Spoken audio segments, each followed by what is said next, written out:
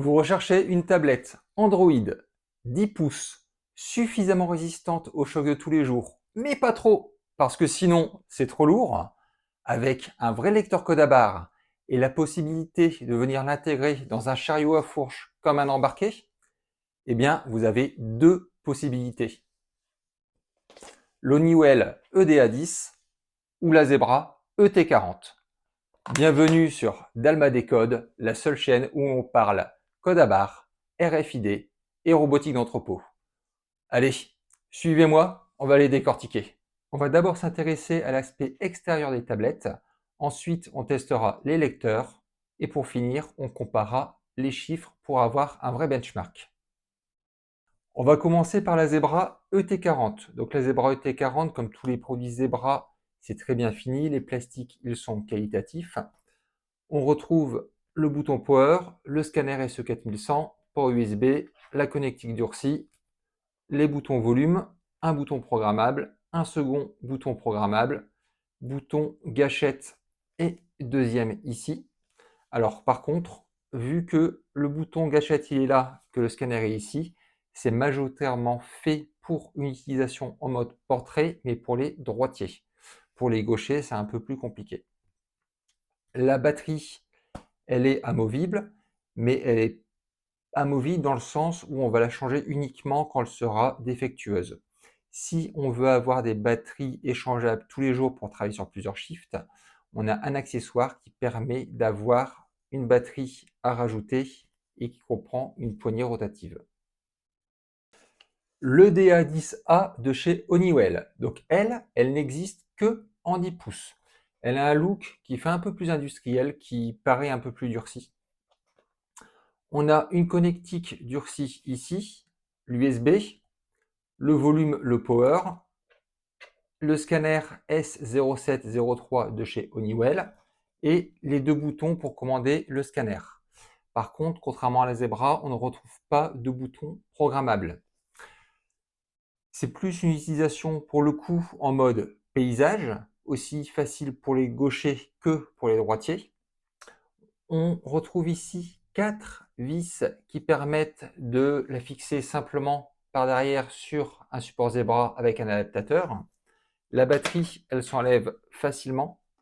Hop, et elle vient se remettre tout aussi facilement. Alors par contre, contrairement à la Zebra, on n'a pas de batterie amovible. La différence pour vous, c'est quoi? C'est que l'Honeywell, je vais être obligé de l'éteindre pour changer la batterie. La Zebra, si je prends l'option batterie amovible, j'ai juste à venir la changer pour continuer à travailler sans devoir l'éteindre. Donc sur le scanner, je suis sur un SE4100 de chez Zebra pour le T40. C'est un bon scanner pour lire de près. On a une distance sur mon code d'à peu près 1 mètre et des angles qui sont assez agressifs. Alors sur l'Honeywell, on retrouve le S0703 qui est le capteur du constructeur, c'est un short range.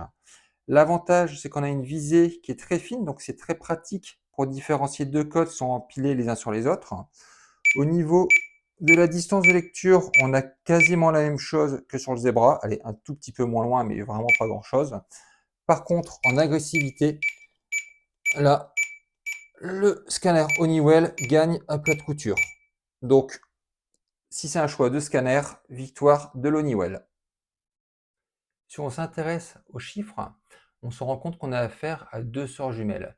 Un score en tout quasiment similaire, des tailles à quelques millimètres près qui sont les mêmes, des résolutions d'écran exactement pareilles, un peu plus de nits sur l'Honeywell. Donc le nits, on rappelle que c'est l'unité qui permet de mesurer la luminosité d'un écran. Donc très concrètement, plus vous avez de nits, plus vous pouvez lire facilement votre tablette en plein soleil. Vous avez des scanners qui sont des scanners constructeurs, Zebra, Honeywell. La possibilité de mettre des cartes SIM dans les deux. Un système Android qui va aller jusqu'à 14. Wi-Fi dernière génération, donc Wi-Fi 6, double mémo des deux côtés. Même type de processeur, même type de mémoire. Une batterie légèrement supérieure pour l'Honeywell avec 8000 mAh en batterie interne. 6000 pour la Zebra, mais qui peut être compensée par l'utilisation de batteries externes. Voilà, pas de batterie externe sur notre Honeywell. Température de fonctionnement qui sont les mêmes et des résistances au choc sans coque similaire avec une coque léger avantage pour l'Honeywell. Alors, au final, Zebra, Honeywell, Honeywell, Zebra. On a vu que ce n'est pas les chiffres qui vont les départager parce qu'ils sont relativement similaires. Mais pour moi, comme pour beaucoup de choses, c'est l'ergonomie qui doit être mise en avant. Je travaille en mode portrait. La Zebra est tout indiquée avec le scanner qui est sur le côté. Si je dois travailler en mode paysage, je vais plutôt choisir l'Honeywell qui a le capteur qui est en frontal. Si vous prévoyez de faire travailler plus de 8 heures par jour la tablette, sans possibilité de l'arrêter, à ce moment-là, la Zebra, avec l'option batterie externe et poignée rotative, qui vous permettra de travailler en non-stop. Si je me base sur un choix de capteur pur et dur, je trouve que le capteur de l'Honeywell est de meilleure qualité.